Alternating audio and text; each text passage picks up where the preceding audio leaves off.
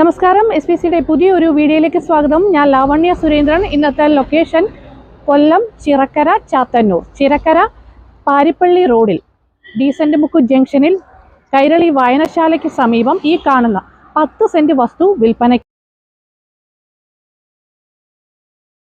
നല്ല രീതിയിൽ bus service ഉള്ള ഒരു റോഡാണ് നമ്മൾ ഈ കണ്ടുകൊണ്ടിരിക്കുന്നത്.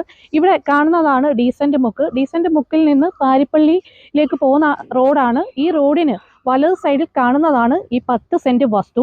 ഇവിടെ അടുത്ത് തന്നെ കൈരളി വായനശാല നമ്മൾക്ക് കാണാം. ഈ വായനശാലയോട് തൊട്ട് അടുത്ത് തന്നെയാണ് ഈ വസ്തു സ്ഥിതി ചെയ്യുന്നത്.